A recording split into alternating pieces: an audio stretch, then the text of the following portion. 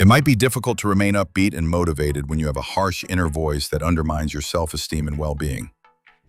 To develop self-compassion and mental resilience, one must learn to control and change this self-defeating speech. Here are 7 effective strategies to help you turn that harsh inner critic into a supportive inner ally. Number 7. Understand the origins of your inner critic. The inner critic is frequently a complicated psychological construct that emerges over time as a result of societal conditioning, early life experiences, and internalized messages from peers, parents, and teachers. For many, this voice is acquired rather than natural. It developed as a survival strategy to help them get by in a society where making mistakes could have resulted in neglect, rejection, or punishment. For instance, your mind may have internalized a severe, critical voice that continuously watches your behavior to prevent failure or rejection. If you were raised in a setting where love and acceptance were contingent on performance or behavior, this voice might also be a reflection of cultural norms and expectations that place a strong emphasis on harsh self-evaluation or perfectionism.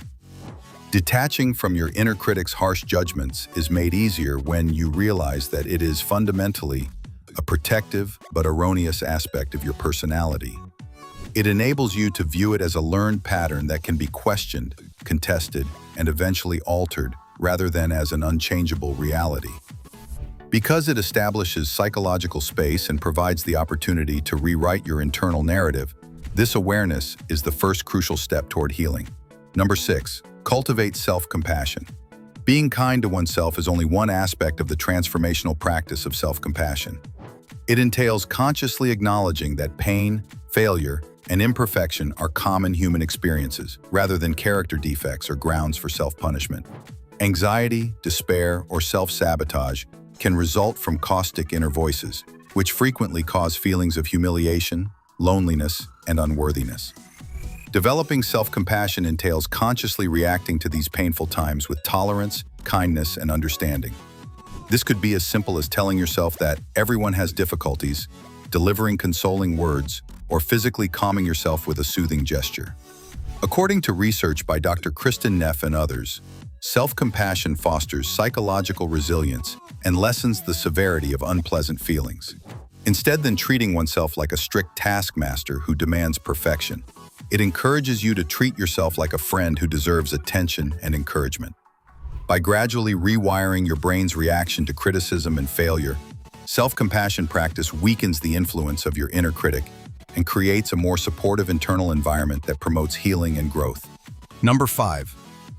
Use distant self-talk. One effective cognitive technique for separating yourself from the harsh comments of your inner critic is distant self-talk.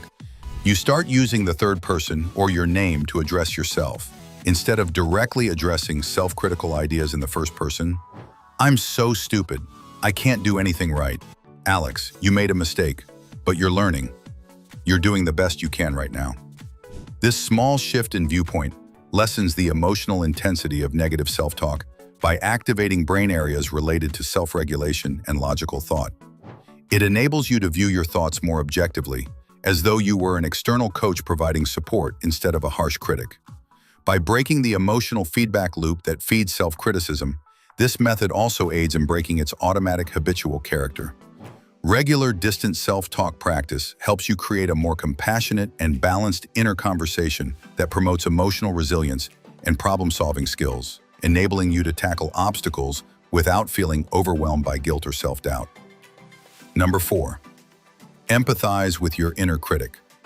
Although the inner critic frequently feels like an enemy, it is typically driven by a harsh and misdirected attempt to save you from danger, failure, or social rejection.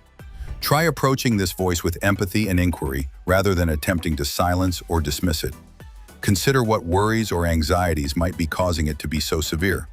For example, the critic may be alerting you to possible errors because it is afraid of the negative effects of failure, such humiliation, loss, or disappointment.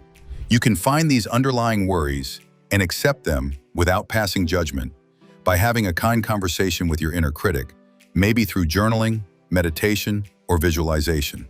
By establishing boundaries to keep your inner critic from being abusive, you can also acknowledge its protective intentions and develop a productive relationship with it.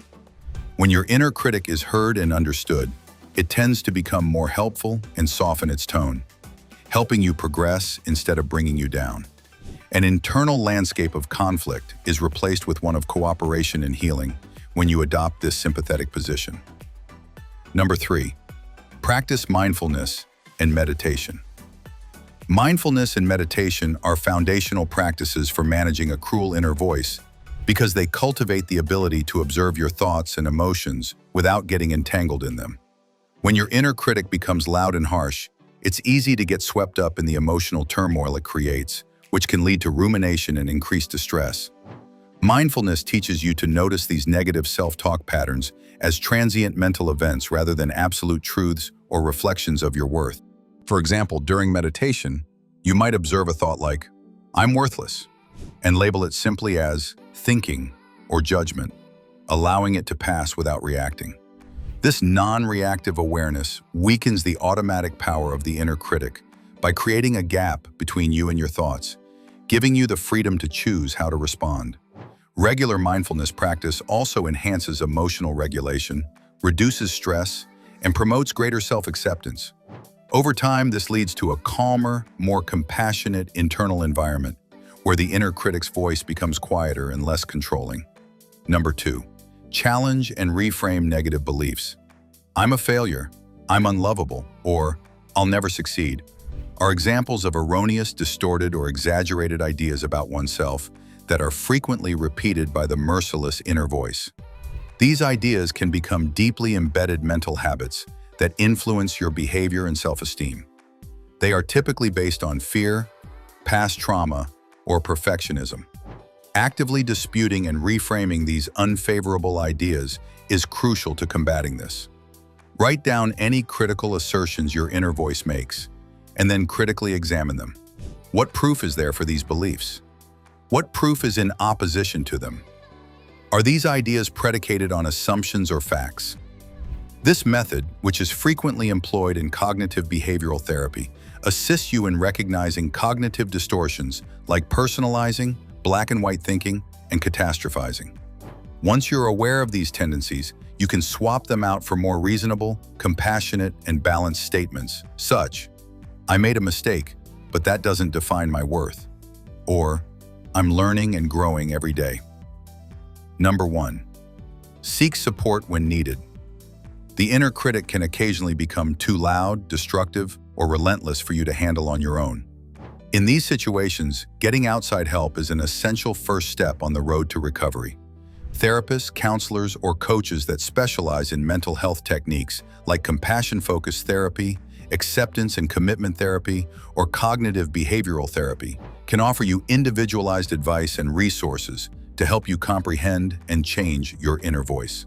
They can assist you in creating healthy coping mechanisms and help you identify underlying problems that lead to self-criticism, such as trauma, low self-esteem, anxiety, or depression. Furthermore, talking about your difficulties with family, close friends, or support groups can help you feel connected, validated, and encouraged, reminding you that you are not alone. Asking for assistance is a brave and strong gesture that shows your dedication to personal development and well-being. These steps can help you develop a kinder, more productive inner dialogue and reduce the cruelty of your inner voice over time. If you liked our video, please hit the like button and subscribe to our YouTube channel.